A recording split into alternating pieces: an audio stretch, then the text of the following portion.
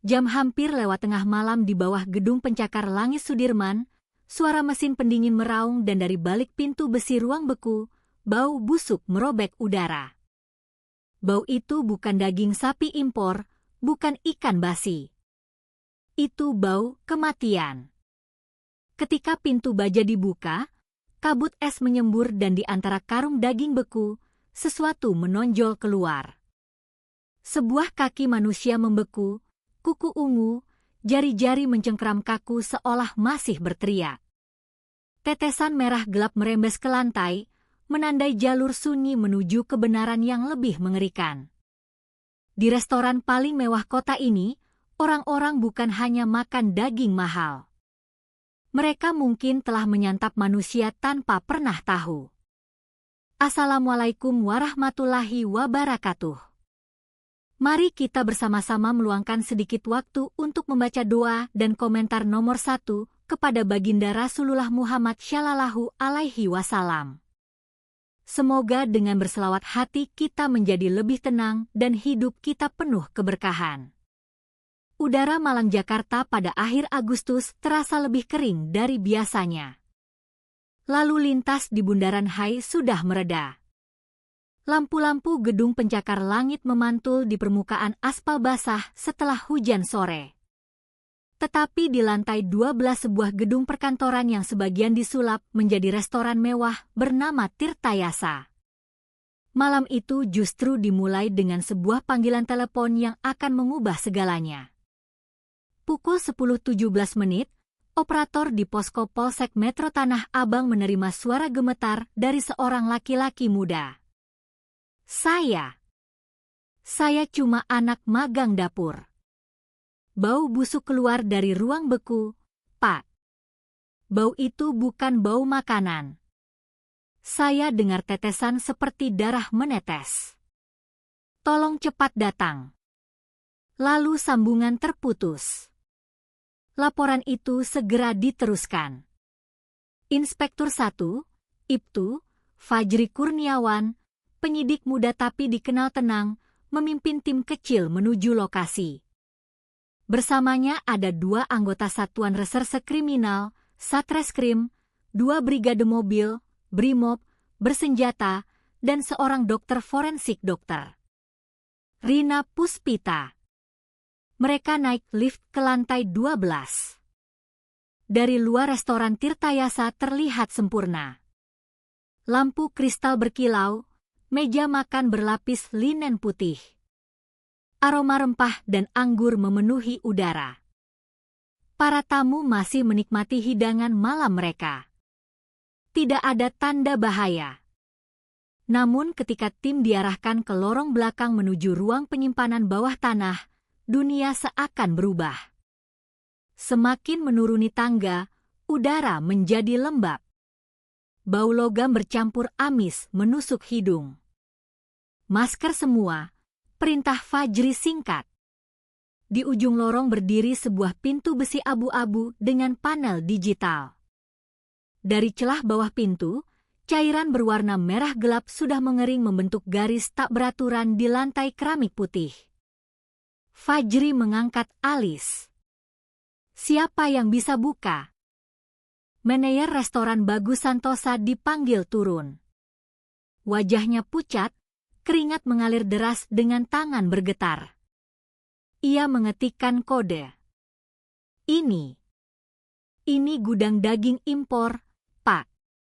Biasanya hanya koki kepala dan 1-2 staf yang boleh masuk.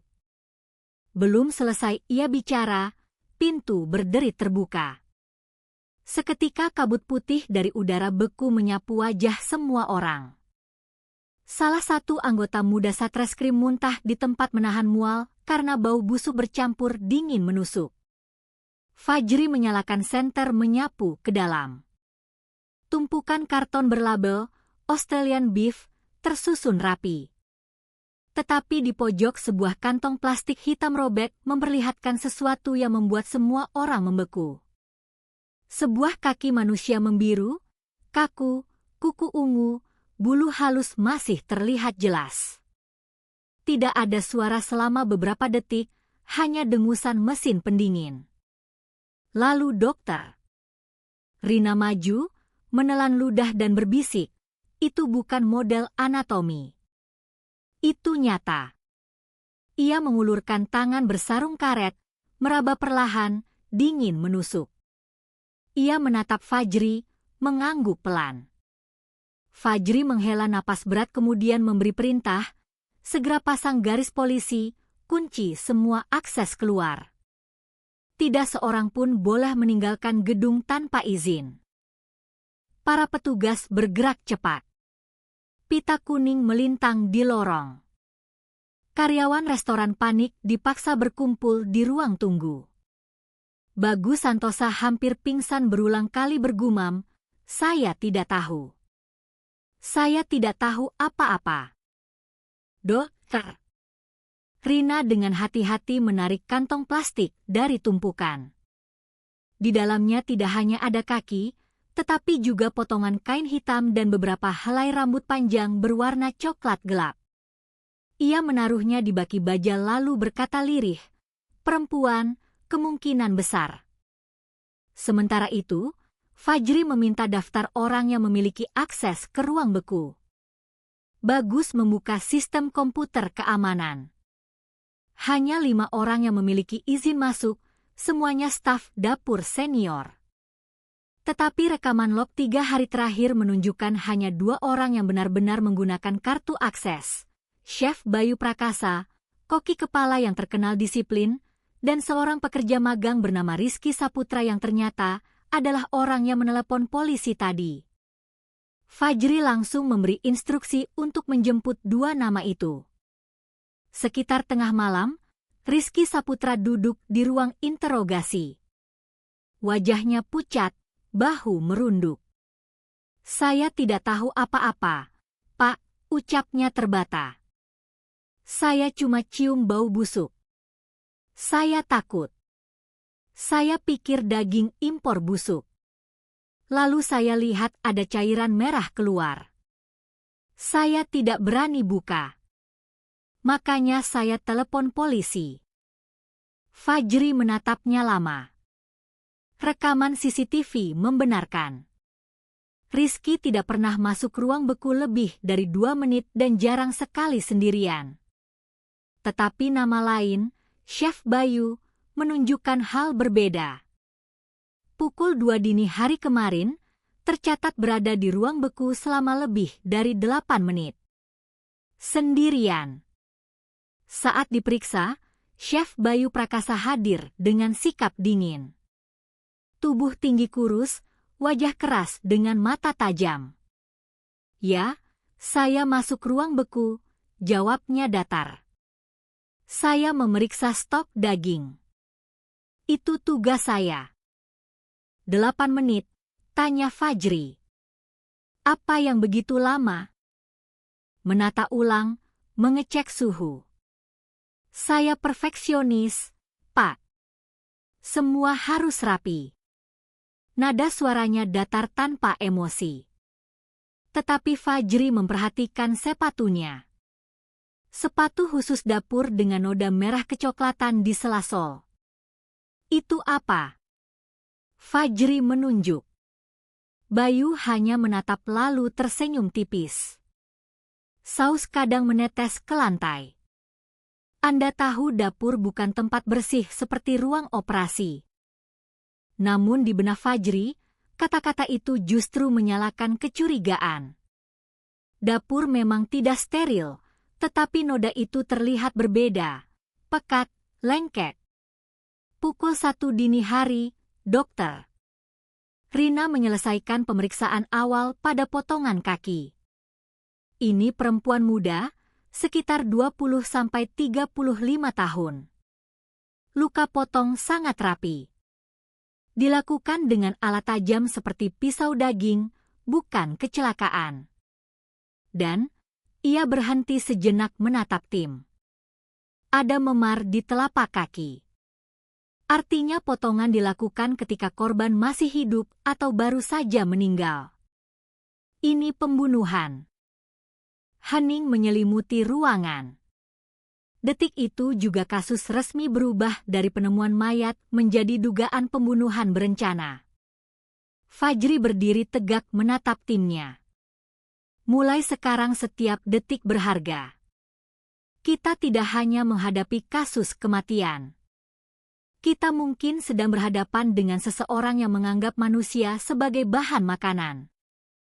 Dan di luar sana, Jakarta masih tidur nyenyak tanpa tahu bahwa di salah satu restoran termewahnya, rahasia yang lebih gelap baru saja terkuak.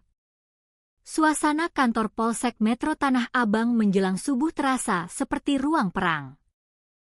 Papan tulis besar dipasang di tengah ruangan, penuh dengan catatan awal, potongan kaki, nama staf yang punya akses, rekaman kamera, dan terutama satu tanda tanya besar. Siapa korban? Ibtu Fajri Kurniawan duduk di kursinya menatap layar laptop yang menampilkan data karyawan restoran Tirtayasa. 5 nama tertera jelas, namun fokusnya hanya pada 2 orang, Chef Bayu dan Rizky Saputra. Rizky sudah diperiksa selama 2 jam. Anak muda itu tidak pernah konsisten menatap mata penyidik. Ia ketakutan, berkeringat, tapi tidak tampak menyembunyikan sesuatu yang besar. Sedangkan Bayu, koki kepala yang sudah punya reputasi di dunia kuliner, justru terlalu tenang. Senyum tipisnya masih membekas di benak Fajri. Senyum yang tidak wajar saat ada potongan tubuh manusia ditemukan di tempat kerjanya. Dokter. Rina Puspita masuk membawa berkas hasil uji cepat. Saya sudah lakukan perbandingan DNA sementara, ujarnya. Kebetulan di loker karyawan ada beberapa barang pribadi, sikat gigi, sisir, dan sampel rambut. Ia membuka map menunjuk ke sebuah nama. Hasilnya cocok dengan Dewi Lestari, pramusaji restoran usia 24. 3 hari terakhir dia tidak masuk kerja. Fajri menatap papan tulis lalu melingkari nama Dewi Lestari dengan spidol merah. Jadi potongan kaki itu milik dia? Ya, jawab Rina pelan. Cocok 100%. Ruangan mendadak hening. Beberapa anggota tim menelan ludah. Membayangkan bahwa gadis muda yang biasanya hanya menyapa tamu dan membawa menu, kini tinggal potongan tubuh beku di ruang penyimpanan. Fajri menarik napas panjang. Bagus, panggil manajer restoran lagi. Tak lama, Bagus Santosa digiring masuk. Wajahnya semakin pucat. Mata cekung karena semalaman tidak tidur. Fajri meletakkan foto ID Dewi di meja. Kapan terakhir Anda lihat Dewi? Bagus menelan ludah. 3 hari lalu, Pak. Dia bilang pusing. Izin pulang lebih cepat. Setelah itu tidak kembali. Saya pikir dia mengundurkan diri. Dia tidak jawab telepon. Dan Anda tidak lapor polisi. Fajri menekan. Bagus gelagapan. Saya kira urusan pribadi, Pak. Anak-anak muda sering gonta-ganti kerja. Restoran ini keras. Fajri mengetuk meja dengan jarinya. Tatapan tajam menusuk. Dewi terakhir terlihat 3 hari lalu. Dan hari itu pula Bayu masuk ruang beku sendirian. Kau paham artinya? Bagus menunduk. Tubuhnya bergetar. Ia jelas menyembunyikan sesuatu tapi belum berani bicara. Sementara itu, seorang anggota membawa print out rekaman CCTV pada pukul 12.37 malam. 2 hari sebelum penemuan, kamera dapur merekam sosok perempuan berambut panjang berjalan bersama Chef Bayu menuju lorong bawah tanah. Wajahnya buram, tapi seragamnya jelas. Pramusaji, tingginya sesuai dengan Dewi. Setelah itu, kamera tidak pernah merekam Dewi kembali. Ini bukti terakhir ia hidup, ujar Fajri sambil menempelkan foto rekaman ke papan. Dan ia bersama siapa? Semua orang tahu jawabannya. Pukul 6 pagi, penyelidikan bergeser ke asrama karyawan yang hanya berjarak 1 kilometer dari restoran. Kamar Dewi terkunci dari luar. Setelah dibuka, kondisi kamar membuat bulu kuduk berdiri. Pakaian masih rapi di lemari. Ponsel berada di meja charger tapi mati total. Dan sebuah buku catatan tipis di laci. Dokter. Rina membalik halaman-halaman penuh coretan jadwal kerja. Namun di halaman terakhir ada tulisan dengan tinta yang samar-samar goyah. Dia bilang mau ajarkan aku masak daging sapi merah anggur. Tapi aku lihat matanya berbeda. Sejak malam aku dengar dia telepon seseorang di dapur. Tengah malam dia marah sekali. Aku takut. Aku dengar bunyi langkah di lorong. Kalau aku tidak kembali besok, tolong lapor polisi. Rina menutup buku perlahan lalu menatap Fajri. Dia sudah merasa terancam. Fajri menatap kamar yang sunyi. Bayangan Dewi menulis kata-kata terakhir itu membuat dada sesak. Kita berurusan dengan pembunuh yang cerdas. Ia tahu menutup jejak.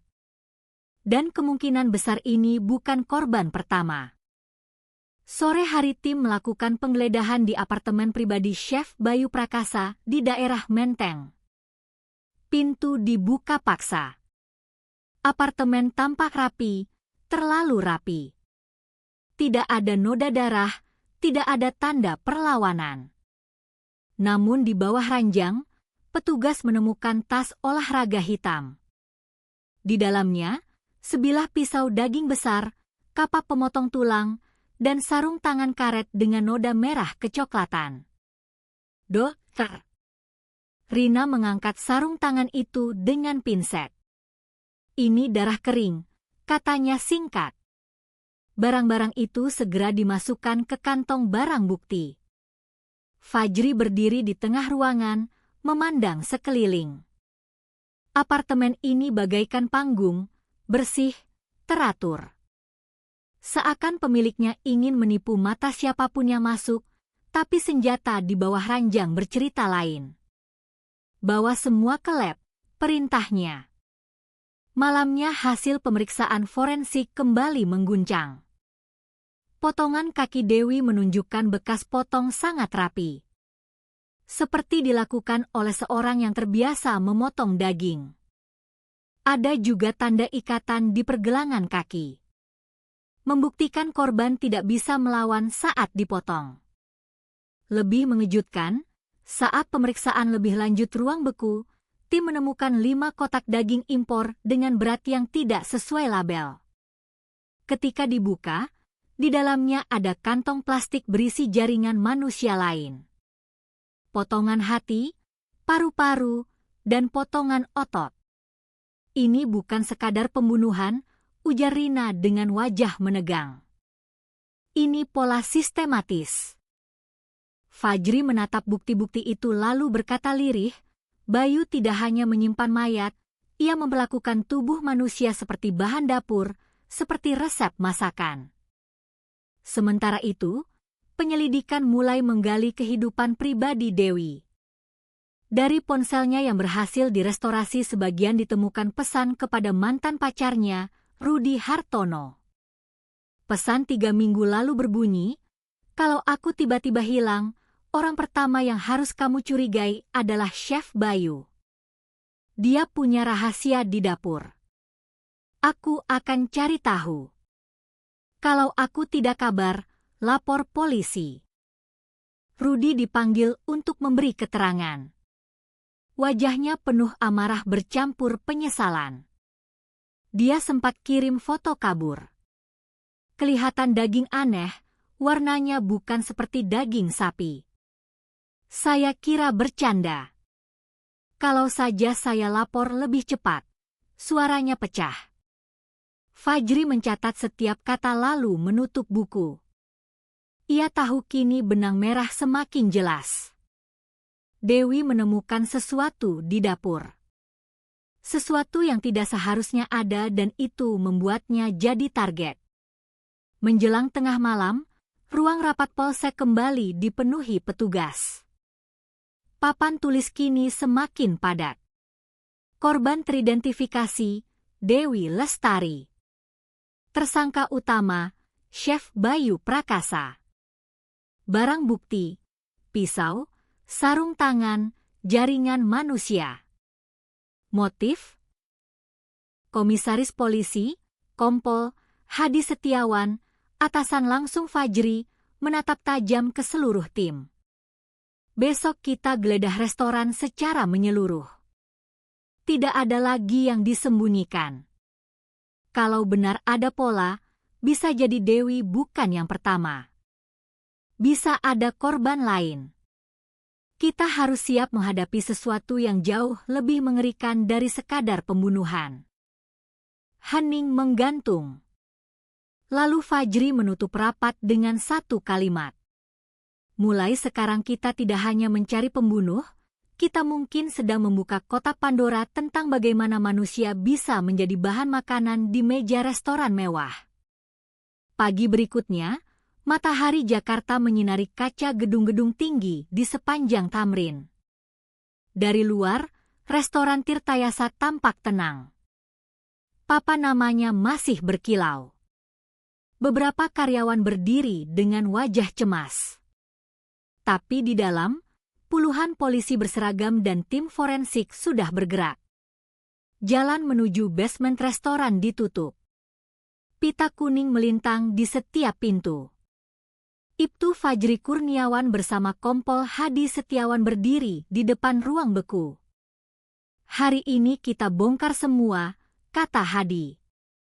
Jangan ada satu sudut pun terlewat. Tim teknis mulai menurunkan kotak demi kotak daging impor. Semua dicatat, ditimbang, lalu dibuka satu persatu. Beberapa sesuai label berisi daging sapi beku, tapi kemudian 5 kotak menimbulkan kecurigaan. Beratnya lebih ringan dari seharusnya. Fajri memberi isyarat. Seorang teknisi memotong segel. Begitu plastik vakum dibuka, bau amis bercampur anyir langsung menyeruak. Dokter. Rina Puspita maju mengenakan sarung tangan lalu mengeluarkan kantong plastik hitam dari dalam kotak. Ia menarik napas pendek. Isinya bukan daging sapi, melainkan potongan hati manusia yang sudah dibekukan, disusun rapi seakan-akan bagian dari persediaan dapur. Ruangan mendadak hening. Semua orang memandang satu sama lain dengan wajah pucat.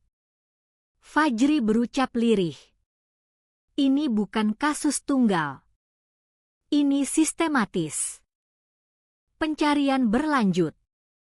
Di balik tumpukan karton, tim menemukan sesuatu yang lebih mencurigakan. Dinding ruang beku ternyata lebih tebal dari rancangan aslinya. Ada selisih hampir 1,5 meter. Seperti ada ruang kosong, ujar teknisi. Mereka membawa alat pendeteksi panas dan suara. Setelah 30 menit memeriksa, terdengar bunyi logam berongga dengan palu baja. Dinding dipukul hingga terbuka. Potongan panel baja jatuh dan di baliknya terbuka sebuah ruang gelap. Bau menyengat menyambut. Lebih pekat daripada apapun yang pernah dicium tim sebelumnya. Lampu senter dinyalakan. Yang terlihat membuat semua orang tercekat. Sebuah meja baja panjang berdiri di tengah ruangan dengan noda gelap yang sudah mengering. Di sampingnya ada bak baja berisi cairan merah beku. Kantong-kantong plastik hitam menumpuk di sudut. Sebagian robek memperlihatkan potongan lengan, paru-paru, dan organ tubuh lain. Dokter. Rina menutup mulut dengan tangan. Astaga, ini ruang pemotongan. Kompol Hadi segera berteriak. Segel ruangan, semua bukti difoto. Jangan ada yang tersentuh. Namun ada satu benda yang membuat darah Fajri serasa berhenti mengalir. Sebuah toples kaca besar di atas rak baja. Cairan formalin di dalamnya masih jernih dan di dalam cairan itu terlihat jelas potongan tulang belakang manusia. Disusun seperti koleksi. Fajri menatap lama toples itu. Lalu ia berkata pelan. Dia bukan hanya membunuh, dia menyimpan seperti kolektor. Tim forensik segera menghitung jumlah organ yang ditemukan. Setidaknya ada jaringan dari 3 orang berbeda berdasarkan warna kulit dan ukuran tubuh. Artinya, Dewi Lestari bukan korban pertama. Saat itulah seorang petugas datang tergopoh membawa sebuah buku lusuh yang ditemukan di bawah meja baja. Sampulnya kotor, halaman dalam penuh coretan dengan tinta merah. Ada catatan tanggal, deskripsi tubuh, bahkan komentar seperti menilai bahan makanan. Salah satunya berbunyi, perempuan usia sekitar 20, kulit putih. Daging lembut, harus direbus lama. Fajri merasakan tenggorokannya kering. Ia menutup buku itu lalu menatap Hadi. Ini bukan hanya pembunuhan, ini catatan resep manusia. Kabar penemuan ruang rahasia langsung mengguncang markas besar. Kepala Kepolisian Wilayah DKI menghubungi Fajri memerintahkan agar penyelidikan dilakukan dengan kerahasiaan penuh. Jangan sampai bocor ke media, dampaknya bisa kacau, suara tegas dari ujung telepon. Namun, Fajri tahu terlalu banyak orang sudah melihat dengan mata kepala sendiri. Berita itu cepat atau lambat akan menyebar. Sementara tim forensik bekerja, Fajri keluar sebentar mengambil udara segar.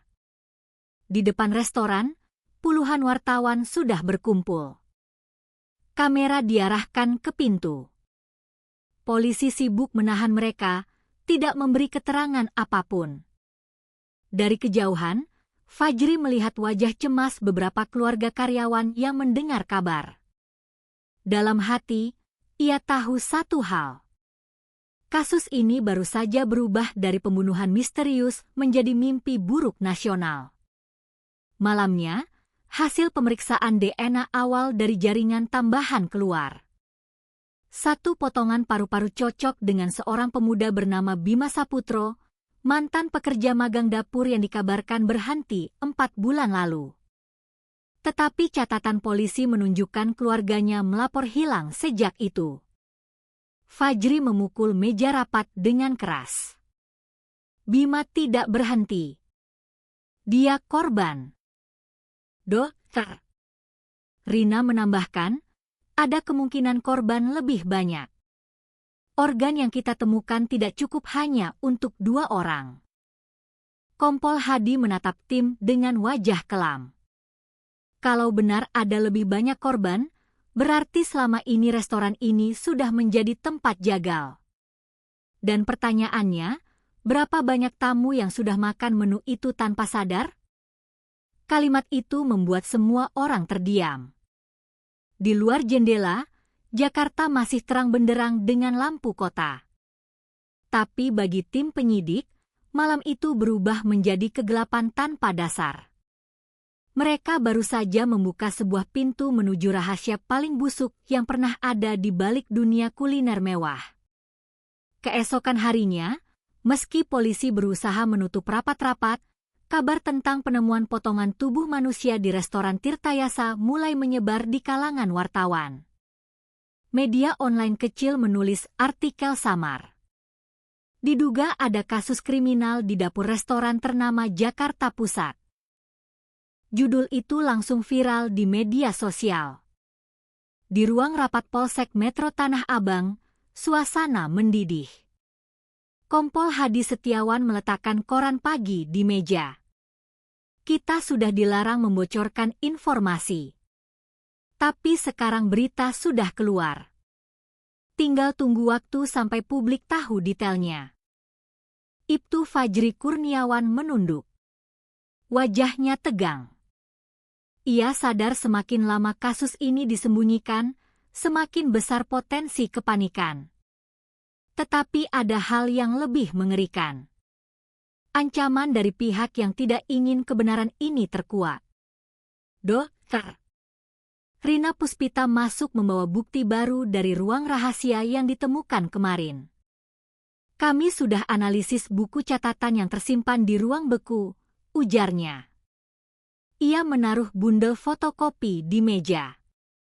Buku itu bukan sekadar catatan bahan, itu semacam menu pribadi. Fajri membuka halaman demi halaman. Di sana tertulis tanggal, deskripsi korban, dan bahkan kode khusus seperti K201, K220. Pada beberapa halaman ada komentar tambahan. Klien puas, ingin lebih lembut, atau klien minta bagian hati, bayar lebih mahal. Hening menyelimuti ruangan. Klien, tanya Fajri. Rina mengangguk. Saya yakin potongan ini merujuk pada pelanggan tertentu. Bayu tidak bekerja sendirian. Ada jaringan yang membeli atau memesan. Kompol Hadi menatap dinding penuh catatan kasus. Ia lalu berkata, kalau benar ada pelanggan, berarti kasus ini bukan sekadar koki gila. Ini jaringan orang kaya berkuasa yang rela membayar untuk menu terlarang. Sore hari, tim penyidik kembali ke Tirtayasa untuk menggeledah ruang kerja pribadi Chef Bayu. Di balik lemari baja dapur, mereka menemukan sebuah brankas kecil. Setelah dibuka paksa, isinya membuat darah membeku. Sebuah buku hitam dengan tulisan embos, Infinitas. Buku itu berisi daftar nama yang ditulis dengan kode. Ada lebih dari 40 nama, sebagian besar dengan singkatan TW, GS, DB, Insinyur. Di samping beberapa kode ada catatan seperti suka hati muda, minta potongan lembut, atau pernah memesan 2 kali. Fajri menatap daftar itu lama. Ini daftar klien, dan mereka bukan orang biasa.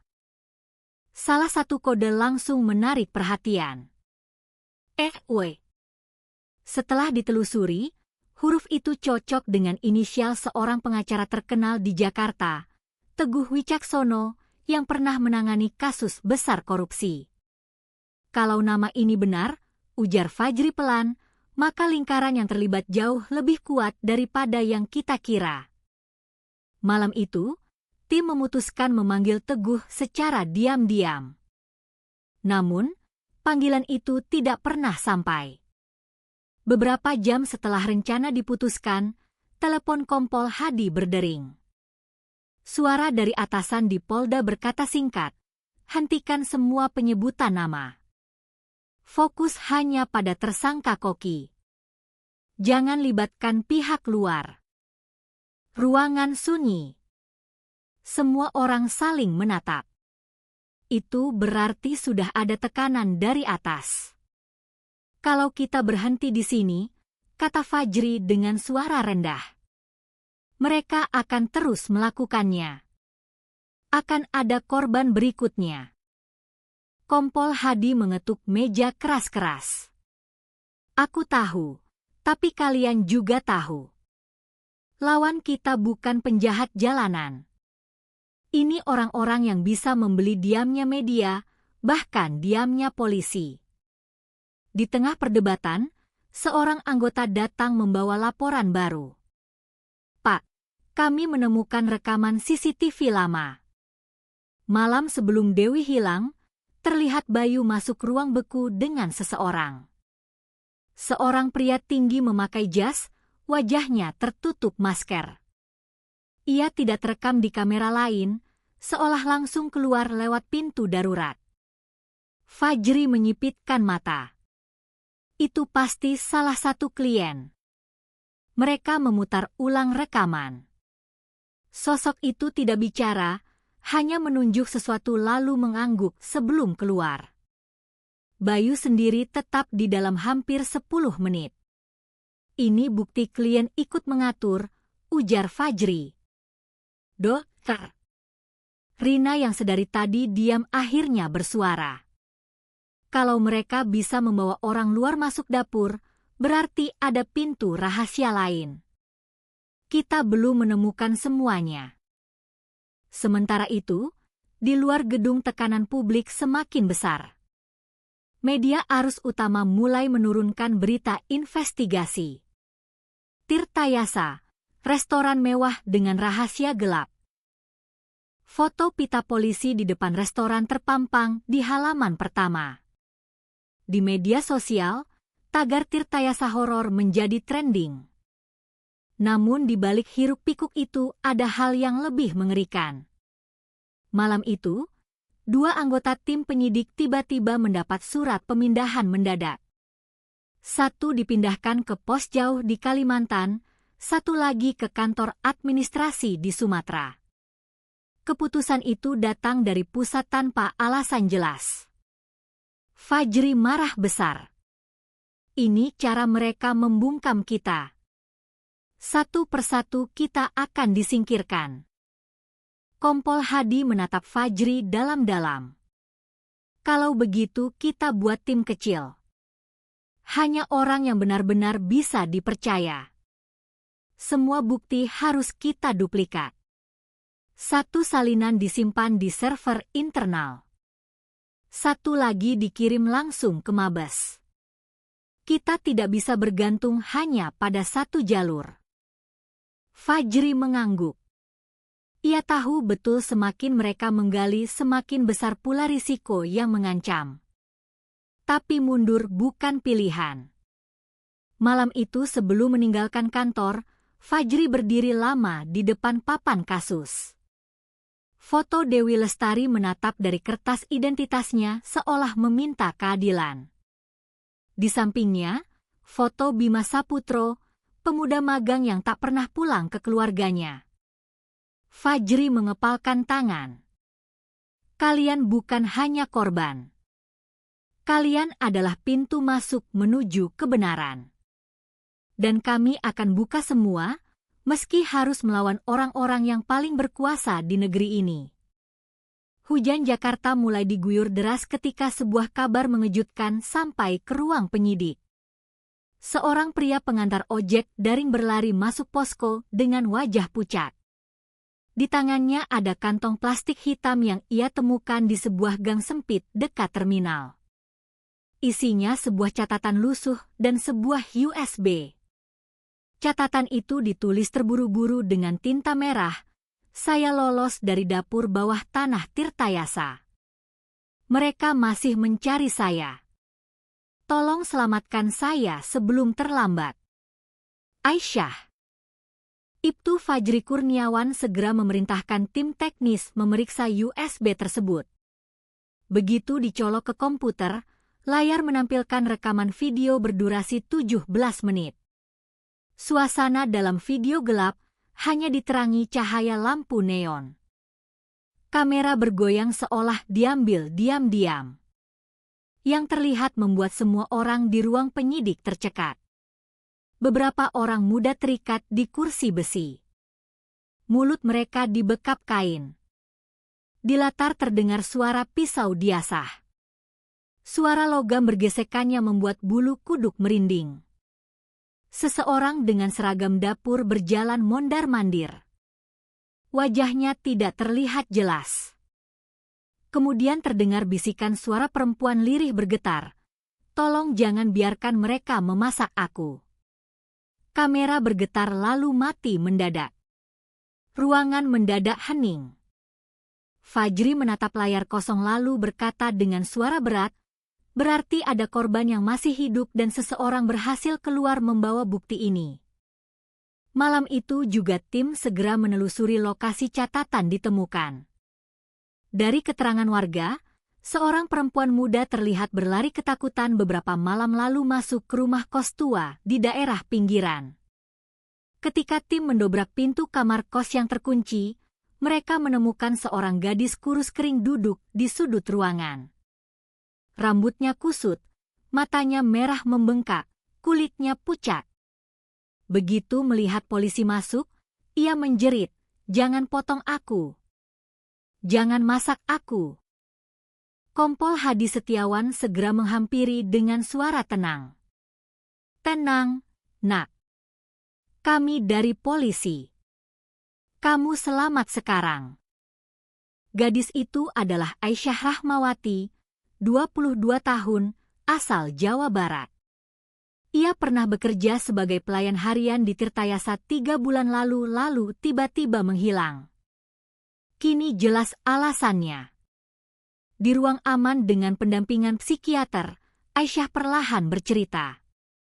Suaranya bergetar, tubuhnya gemetar setiap kali mengingat detail. "Aku pikir cuma kerja biasa. Mereka bilang gajinya besar, tidak perlu pengalaman. Malam pertama aku masuk, aku melihat ada pintu kecil di dapur bawah. Aku tanya, tapi Chef Bayu marah. Besoknya aku dipukul dari belakang. Saat bangun, aku sudah terikat di ruangan gelap bersama beberapa orang lain." Air matanya menetes. "Setiap malam mereka kasih kami minum air manis, katanya supaya badan tetap kuat. Lalu satu persatu teman di sebelahku hilang. Aku dengar jeritan lalu hening. Aku tahu mereka sedang dimasak." Fajri mengepalkan tangan. "Bagaimana kau bisa lolos?" Aisyah menutup wajahnya dengan kedua tangan. "Malam itu aku ditunjuk jadi hidangan utama. Mereka membuka ikatan untuk menyeretku.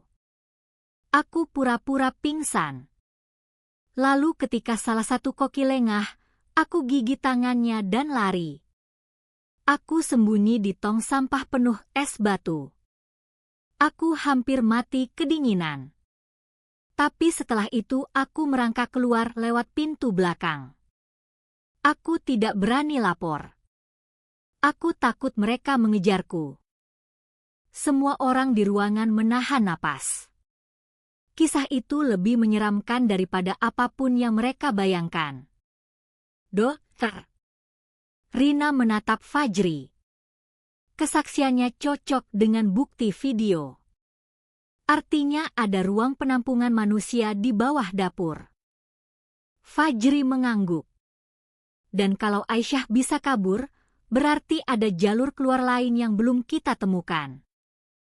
Kompol Hadi menambahkan, kesaksiannya membuktikan Bayu tidak bekerja sendirian. Ada staf lain yang ikut membantu. Pertanyaannya, siapa saja? Malam itu, Aisyah dimasukkan dalam program perlindungan saksi. Identitasnya dirahasiakan. Tempat tinggalnya dijaga ketat, tetapi kabar tentang keberadaannya cepat menyebar di kalangan terbatas. Beberapa jam kemudian, seseorang mencoba membobol ruang rawatnya di rumah sakit. Untung penjagaan polisi berhasil menggagalkan. Penyerang melarikan diri, meninggalkan pisau dapur di lorong. Fajri sadar yang mereka hadapi bukan hanya seorang koki gila. Ini jaringan besar yang siap membunuh siapa saja untuk menutup mulut. Sementara itu, media sosial semakin heboh. Tagar Tirtayasa horor menanjak ke puncak trending dunia. Foto-foto kabur ruang beku tersebar. Meski polisi berusaha membantah, netizen menduga bahwa beberapa pejabat tinggi pernah makan di sana. Tekanan publik membuat Mabes Polri menggelar konferensi pers singkat. Juru bicara hanya berkata, "Kami sedang menyelidiki kemungkinan tindak pidana serius di restoran Tirtayasa. Mohon masyarakat tenang." Pernyataan itu bukannya menenangkan, justru membuat spekulasi semakin liar. Di balik layar, Fajri dan tim kecilnya bekerja tanpa henti. Mereka menelaah setiap catatan di buku hitam. Salah satu kode yang paling sering muncul adalah klien 13. Tidak ada nama, hanya angka, tetapi di sampingnya ada catatan, suka perempuan muda, tidak menikah, tidak punya keluarga dekat. Fajri menatap kode itu lama. Ia tahu mencari identitas klien 13 adalah kunci. Jika berhasil, mungkin mereka bisa membuka seluruh jaringan. Namun, ia juga tahu, semakin dekat mereka ke kebenaran, semakin besar pula bayangan bahaya yang mengintai. Malam itu, sebelum meninggalkan kantor, Fajri menulis satu kalimat besar di papan putih. Tirtayasa bukan sekadar restoran. Tirtayasa adalah rumah jagal. Hujan malam itu belum reda ketika tim khusus duduk di ruang rapat tertutup. Papan besar penuh foto, catatan, dan diagram sudah tidak cukup lagi menampung seluruh detail kasus Tirtayasa. Kini ada satu lingkaran merah di tengah papan dengan tulisan tebal, klien 13. Ibtu Fajri Kurniawan berdiri di depan memegang buku hitam yang ditemukan di brankas dapur Chef Bayu. Ia menunjuk ke halaman terakhir. Klien 13 ini bukan pelanggan biasa. Catatan Bayu menyebut hanya datang untuk menu istimewa, selalu minta ruang privat, membayar tunai jumlah besar, tidak pernah meninggalkan jejak. Kompol Hadi Setiawan menyela. Kalau kita bisa bongkar siapa klien 13, kita bisa tarik benang semua jaringan. Dia kunci. Dokter. Rina Puspita menambahkan, dari DNA yang kita temukan, ada setidaknya 5 korban berbeda. Semua sesuai dengan deskripsi yang diminta dalam catatan klien 13. Polanya jelas. Setiap kali dia datang, ada korban baru. Tim intelijen Polri mulai menelusuri daftar tamu VIP restoran Tirtayasa selama 6 bulan terakhir. Banyak nama besar muncul, pengusaha, artis, politisi. Tetapi satu orang selalu datang pada malam-malam tertentu tanpa reservasi resmi. Namanya tidak tercatat di buku tamu, tapi wajahnya muncul sekilas di kamera parkiran basement. Seorang pria tinggi besar, selalu mengenakan masker hitam dan jas. Nomor plat mobil yang digunakannya terdaftar atas nama perusahaan hukum ternama di Jakarta. Fajri mengetuk foto mobil itu dengan jarinya. Kita punya kandidat. Pagi berikutnya penyelidikan diam-diam dilakukan.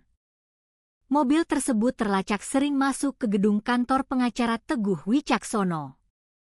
Seorang tokoh hukum senior, sering tampil di televisi sebagai pembela kasus-kasus besar. Teguh dikenal dingin, pintar bicara, dan punya jaringan luas hingga ke pejabat tinggi.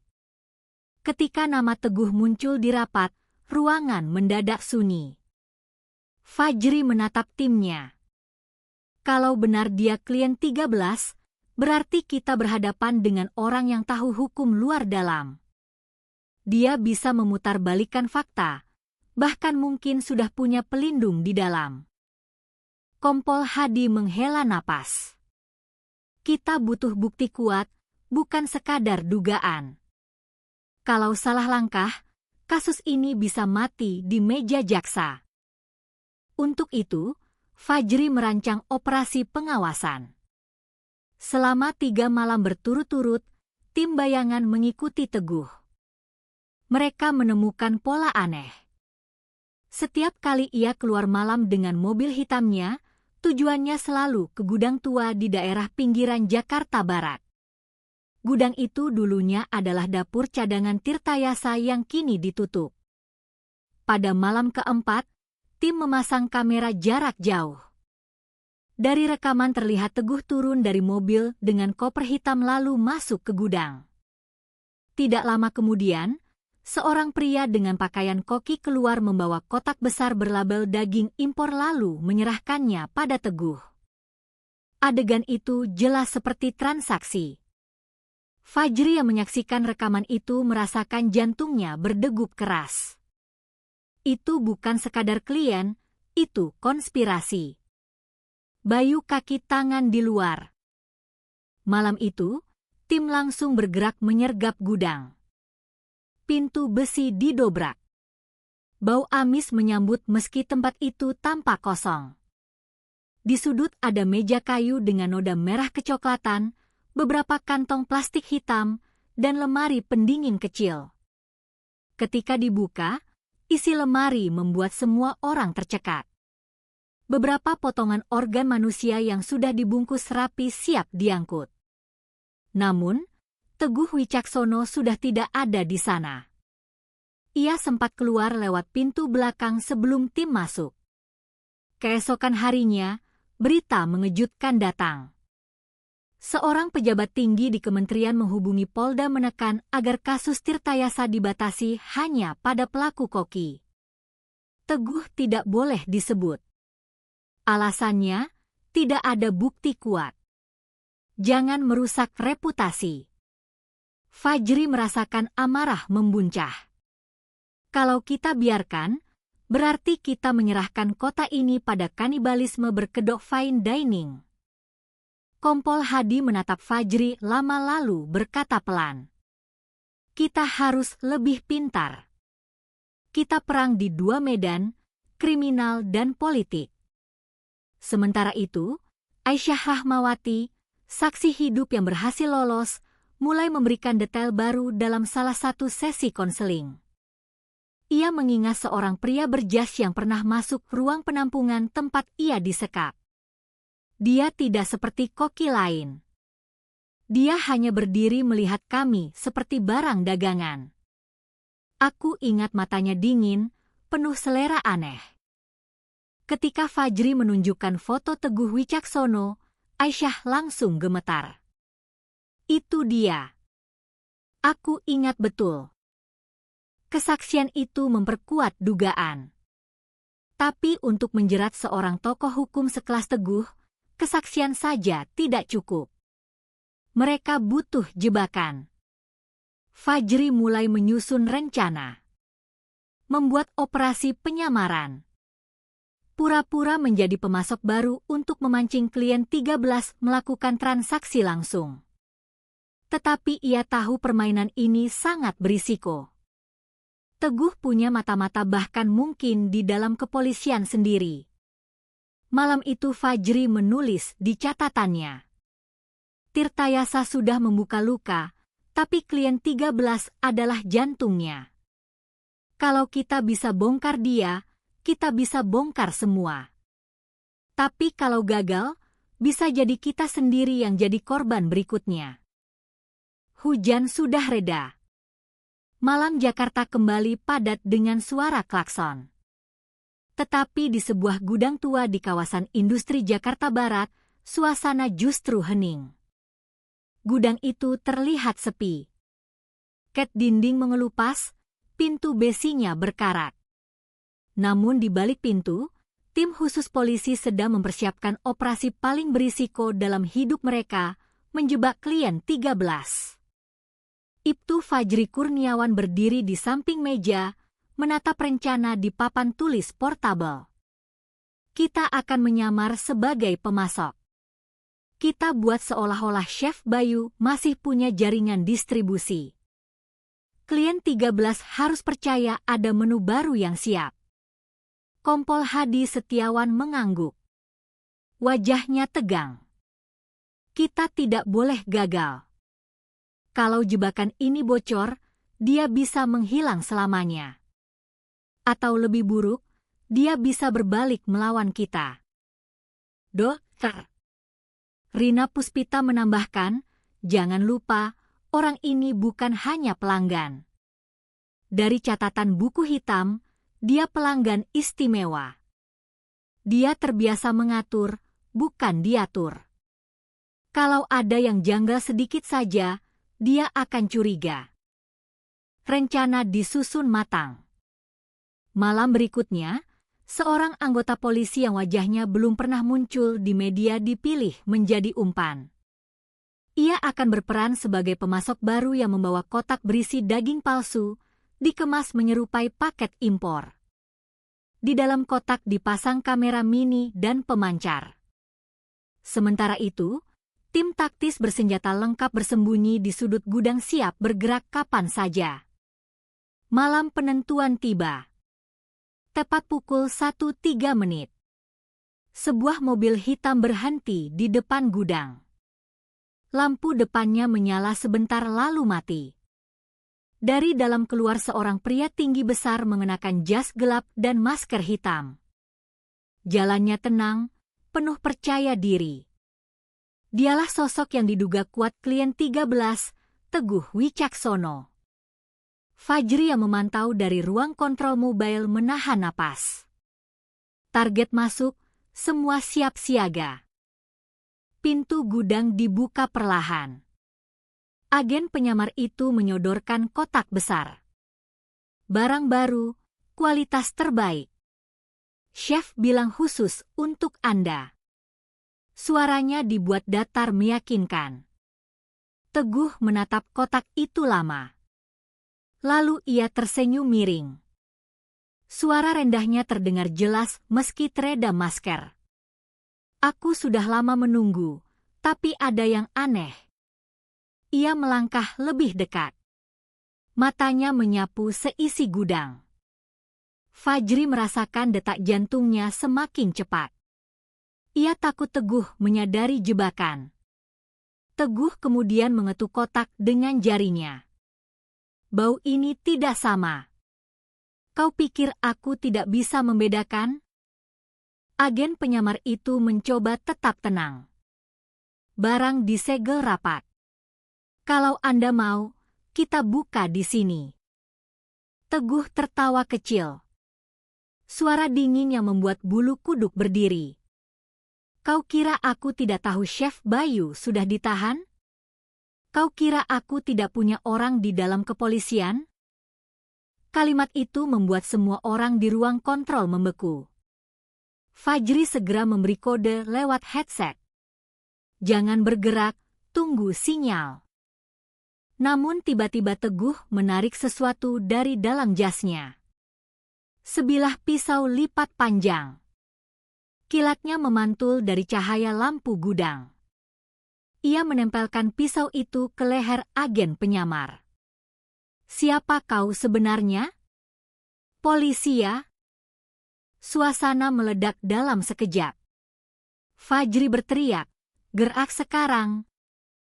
Pintu samping gudang mendadak didobrak. Tim taktis berloncatan masuk dengan teriakan keras. Tembakan peringatan dilepaskan ke udara. Teguh terkejut sesaat, tetapi tidak panik. Ia mendorong agen penyamar hingga terjatuh lalu berusaha lari ke pintu belakang. Fajri sendiri yang mengejar. Ia berlari menembus gudang gelap mendengar langkah cepat Teguh di depan. Saat hampir mencapai pintu, Teguh berbalik melayangkan pisau ke arah Fajri. Fajri menangkis dengan tongkat besinya. Pisau hampir mengenai lehernya, hanya meleset beberapa sentimeter. Keduanya terlibat duel sengit di lorong sempit. Napas Fajri memburu. Keringat bercampur adrenalin. Teguh bergerak lincah. Matanya menyala seperti predator. Polisi bodoh. Kau pikir bisa hentikan aku? Aku hanya satu dari banyak, desis Teguh. Fajri mengertakkan gigi menahan serangan.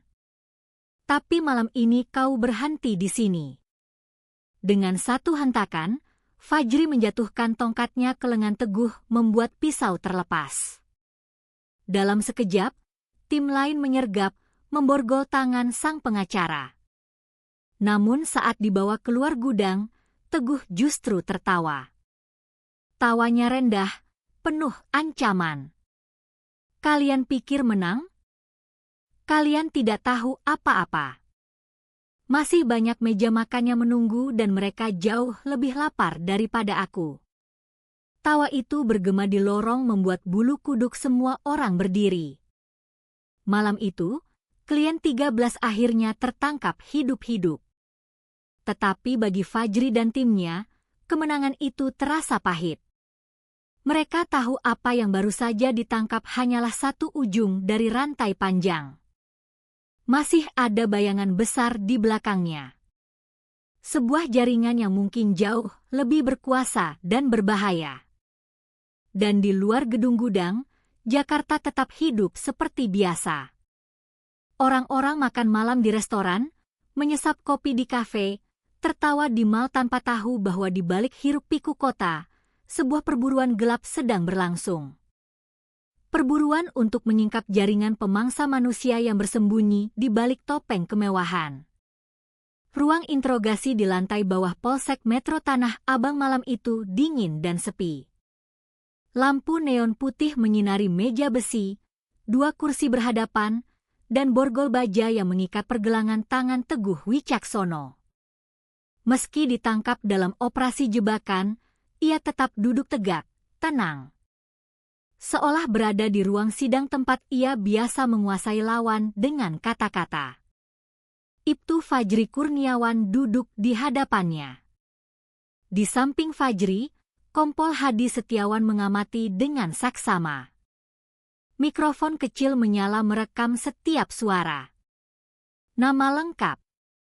Fajri membuka pertanyaan dengan nada formal. Teguh Wicaksono, jawab pria itu singkat. Matanya menatap lurus tanpa berkedip. Profesi pengacara. Tapi sepertinya kalian sudah tahu. Senyumnya tipis sinis.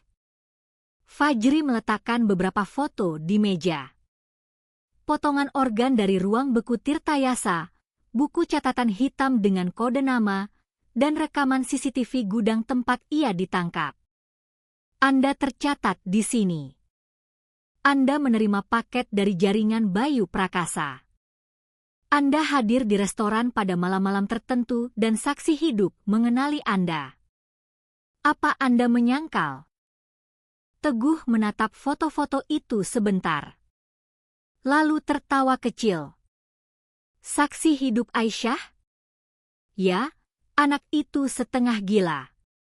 Trauma membuat orang berhalusinasi. Bukti hanya tulisan tangan seorang koki sakit jiwa. Itu tidak cukup di pengadilan, Pak Polisi. Fajri mencondongkan tubuhnya. Lalu bagaimana dengan rekaman gudang semalam? Anda tertangkap membawa paket. Paket daging impor, bukan? Teguh mengangkat alis. Kalian sendiri tidak bisa membuktikan isinya. Saya hanya klien restoran, bukan tukang jagal. Kompol Hadi mengetuk meja dengan keras. Berhenti bermain kata. Kami tahu Anda bukan klien biasa. Kode jelas klien 13. Setiap kali Anda datang, ada korban baru. Mau sampai kapan Anda pura-pura? Teguh menoleh perlahan ke arah Hadi. Senyumnya melebar. Pak Komisaris, Anda pintar, tapi terlalu emosional. Saya katakan sekali lagi, kalian tidak bisa menjatuhkan saya hanya dengan asumsi. Ada banyak orang di luar sana yang lebih lapar dari saya, tapi mereka duduk di kursi tinggi. Jika saya buka mulut, kota ini bisa terbakar. Ruangan hening. Kata-kata itu bagai racun, membuat udara semakin berat. Fajri menahan diri lalu menggeser sebuah berkas ke hadapan Teguh. Ini daftar kode klien dari buku Bayu. Kami sudah cocokkan dengan catatan tamu dan transaksi bank. Banyak nama besar di sini. Apa Anda ingin kami membacakan satu persatu? Mata Teguh berkilat, tapi ia tetap tersenyum. Kalian tidak berani. Satu nama saja kalian sebut, karir kalian habis. Ingat apa yang terjadi pada 2 penyidik kalian yang tiba-tiba dipindahkan ke daerah? Itu baru permulaan. Fajri merasakan amarahnya membara. Tapi ia tahu ini bukan sekadar interogasi kriminal, ini perang saraf. Teguh mencoba menakut-nakuti, membuat mereka goyah. Dokter. Rina Puspita masuk membawa hasil forensik terbaru. Kami punya tambahan, katanya singkat. Ia menaruh map di meja. DNA dari organ di gudang kemarin cocok dengan laporan orang hilang. Seorang pria bernama Hasan, pekerja migran, hilang 2 bulan lalu dan data logistik menunjukkan pemesanan menu khusus pada tanggal yang sama atas nama klien 13. Teguh membaca map itu sekilas lalu menyandarkan tubuhnya ke kursi. Bagus, bukti kuat. Tapi tetap saja kalian butuh saksi yang bisa berdiri di pengadilan. Tanpa itu, semua hanya teori. Fajri menatapnya tajam. Kami sudah punya saksi dan dia masih hidup. Untuk pertama kalinya wajah Teguh sedikit berubah. Senyumannya memudar sesaat. Aisyah? Dia tidak akan bertahan lama. Kalian pikir bisa melindunginya? Ada banyak cara membuat seseorang menghilang tanpa jejak. Hadi segera berdiri menahan emosi. Cukup. Kau sudah terlalu banyak. Teguh justru tertawa. Kalian harus takut, karena saya tidak sendirian. Saya hanya wajah yang kalian lihat. Ada 12 kursi lain di meja makan itu. Semuanya kosong malam ini, tapi biasanya penuh. Orang-orang itu punya kekuasaan lebih besar dari peluru kalian. Ruangan membeku. 12 kursi itu berarti ada kelompok semacam perkumpulan rahasia. Fajri menulis cepat di notepad. Apa maksudmu dengan 12 kursi? Teguh menunduk sedikit, suaranya merendah seperti membisikkan sesuatu yang tabu. Kalian menyebut kami klub Adipura. Kami menyantap apa yang tidak berani disentuh orang lain. Karena di balik rasa takut ada rasa sejati dan kami tidak akan berhenti hanya karena satu koki gila ditangkap. Kalimat itu membuat bulu kuduk semua orang berdiri. Fajri menutup map menahan diri agar tidak meledak. Kalau begitu kami akan cari mereka satu persatu dan kami mulai dari kamu. Teguh hanya tersenyum lagi, dingin. Silakan coba. Tapi ingat, setiap kali kalian melangkah, ada mata yang mengawasi. Kalian bukan hanya melawan saya, kalian melawan orang-orang yang makan malam bersama Presiden. Malam itu interogasi ditutup tanpa pengakuan resmi. Tapi bagi Fajri dan Hadi, kata-kata Teguh lebih berharga dari sekadar pengakuan. Ia baru saja membuka pintu ke rahasia yang lebih besar, sebuah klub elit yang menjadikan daging manusia sebagai santapan terlarang. Di luar ruang interogasi, Fajri berdiri lama memandang ke lorong gelap. Ia tahu setelah ini kasus Tirtayasa bukan lagi sekedar memburu koki kanibal atau klien sesat. Ini sudah menjadi pertempuran melawan sebuah jaringan tersembunyi, mungkin menyentuh inti kekuasaan negeri. Dan di dalam selnya, Teguh Wicaksono masih duduk tegak. Senyumnya tak pernah benar-benar hilang. Ia tampak seperti pria yang baru saja memulai permainan, bukan yang sedang kalah. Langit Jakarta malam itu tampak berat. Seakan ikut menanggung beban rahasia yang baru terbuka. Di ruang rapat kecil yang kini dipakai tim khusus, suasana begitu tegang. Papan tulis penuh foto korban, sketsa ruang beku, daftar nama yang dikodekan. Di tengah papan, Fajri menuliskan dengan spidol merah, Klub Adipura, 12 kursi. Kompol Hadi Setiawan menatap tulisan itu dalam-dalam. Kalau yang dikatakan Teguh benar, berarti Tirtayasa hanya satu pintu masuk. Klub ini mungkin sudah ada jauh sebelum restoran itu berdiri.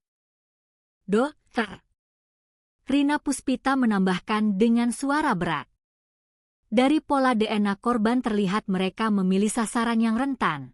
Pekerja migran, anak jalanan, karyawan tanpa keluarga.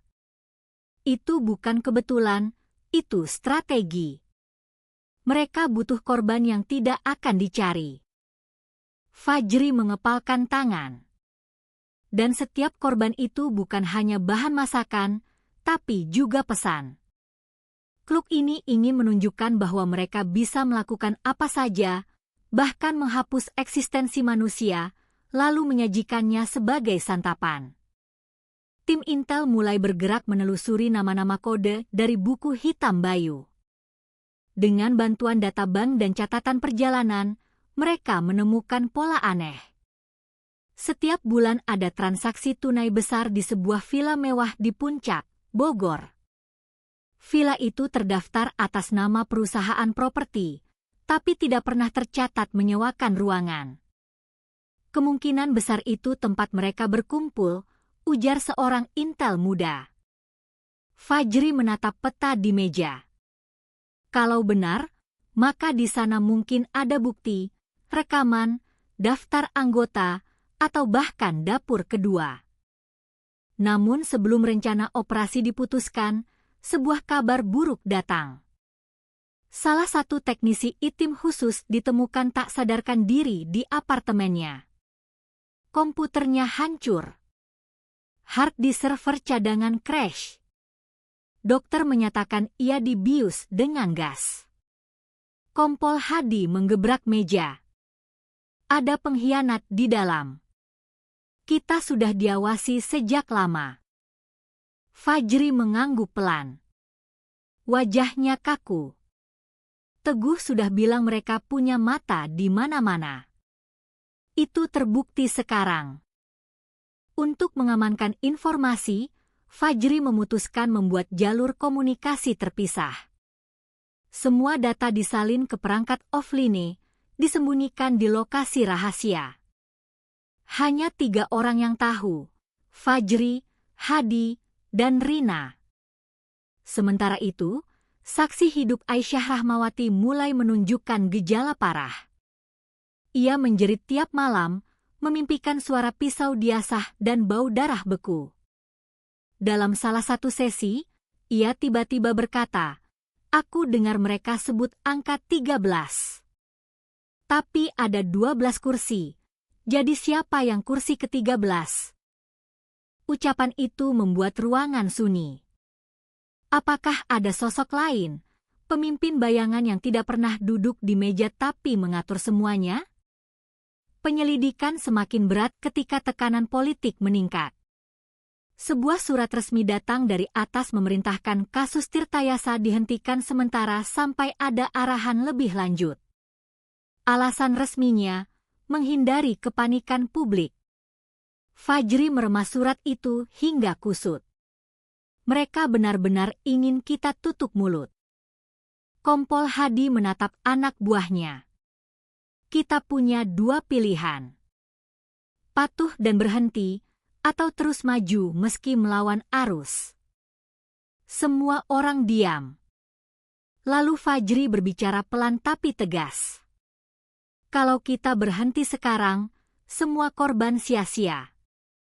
Aku tidak mau jadi polisi yang tunduk pada rasa takut. Malam itu, tim kecil memutuskan melanjutkan operasi secara rahasia. Target utama, villa di Puncak. Pada hari yang ditentukan, tim berangkat diam-diam dengan 2 mobil sipil. Jalan berliku menuju puncak gelap dan berkabut. Villa yang dimaksud berdiri megah di lereng, dikelilingi pagar tinggi dan kamera CCTV. Dari kejauhan terlihat beberapa mobil mewah parkir di halaman. Dengan teropong malam, Fajri melihat jelas ada tamu-tamu berjas keluar masuk. Mereka membawa koper, disambut oleh pria berseragam hitam. Ini pasti pertemuan klub Adipura, bisik Fajri. Mereka tidak bisa menyerbu begitu saja. Tanpa surat resmi, operasi bisa dianggap ilegal. Tetapi mereka punya cara lain, mengumpulkan bukti visual. Drone kecil dilepaskan, terbang rendah di atas villa. Dari celah jendela, kamera menangkap bayangan meja panjang dengan kursi-kursi berderet. Di atas meja, botol anggur merah dan piring saji besar sudah tertata. Namun, apa yang direkam kamera membuat semua orang menahan napas. Di tengah meja ada wadah kaca besar berisi potongan daging mentah. Warnanya pucat. Ukurannya tidak mungkin milik hewan ternak.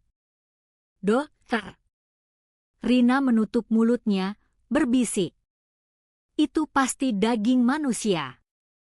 Fajri menatap layar monitor. Wajahnya kaku. Kita dapatkan buktinya. Klub ini nyata. Tetapi sebelum drone sempat merekam lebih banyak, sinyal tiba-tiba hilang. Layar gelap. Villa itu seolah tahu mereka sedang diawasi. Cepat tarik mundur, perintah Hadi. Mereka bergegas kembali ke mobil.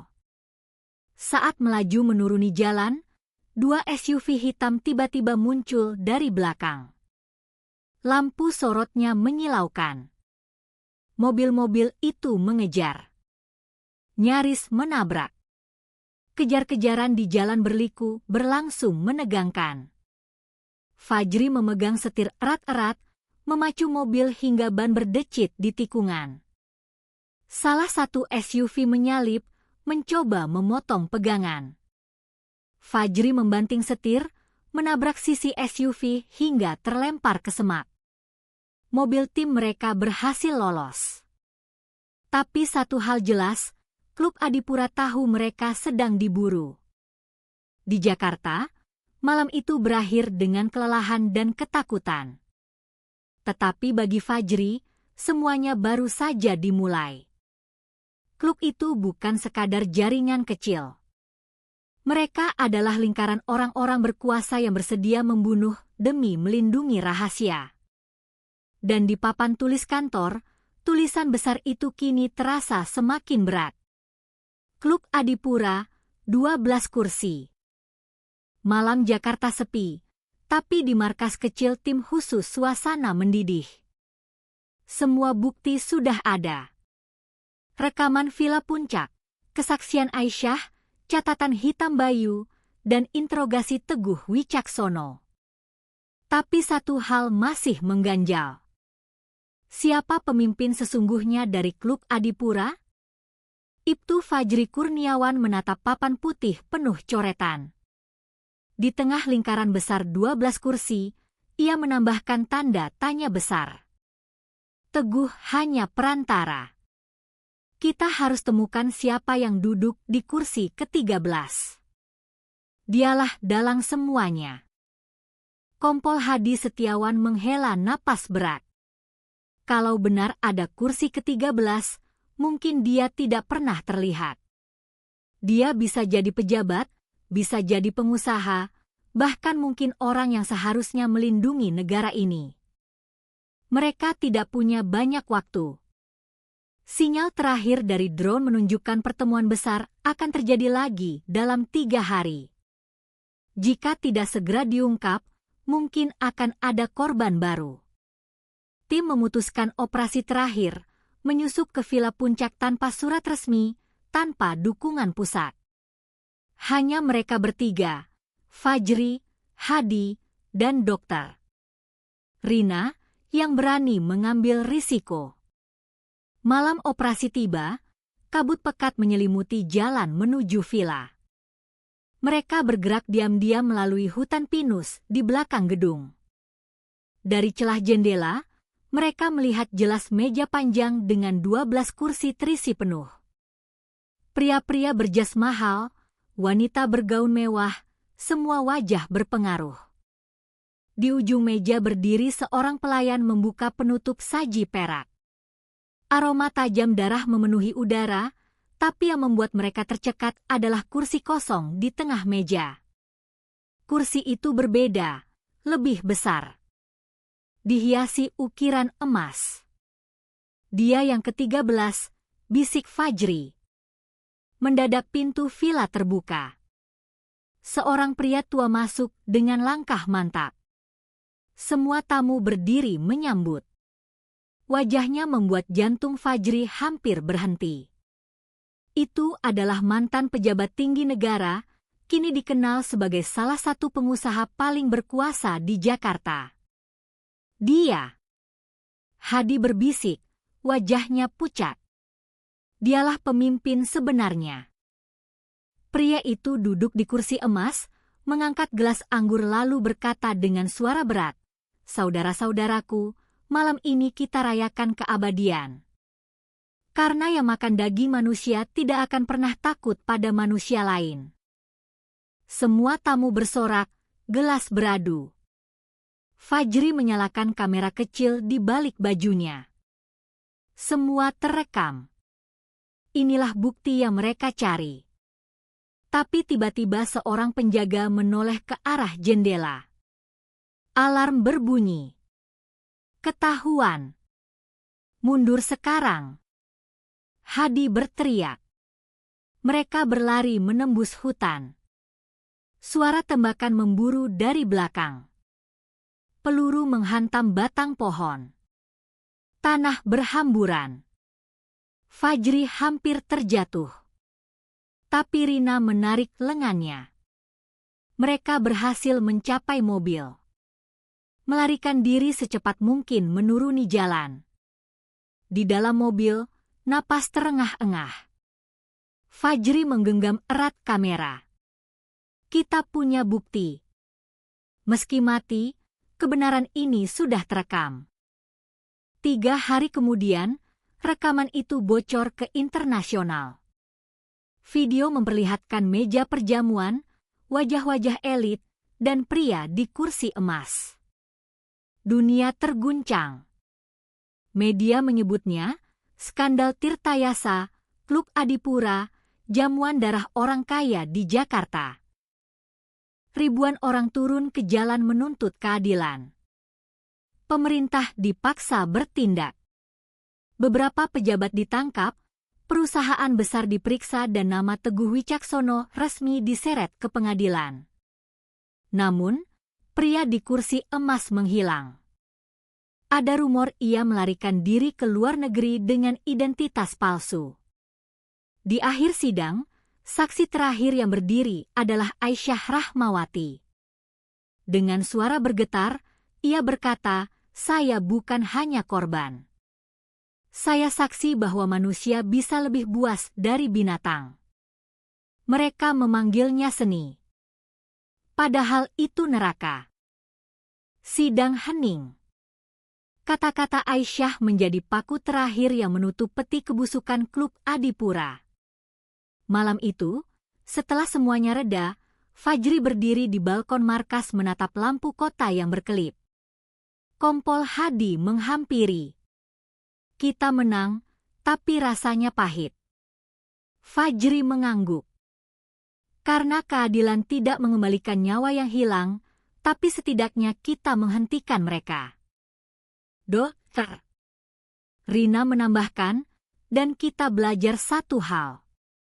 Ketika orang kaya kehilangan moral, mereka bisa berubah lebih buas dari monster manapun. Fajri menatap langit malam, berkata pelan seolah kepada semua korban yang tak pernah kembali. Kebenaran selalu punya jalan keluar. Meski disembunyikan, meski ditutupi darah, ia tetap akan muncul. Itulah akhir dari mimpi buruk Tirtayasa. Tapi bayangannya akan selalu tertinggal sebagai peringatan. Bahwa kerakusan bisa menjadikan manusia sendiri sebagai hidangan.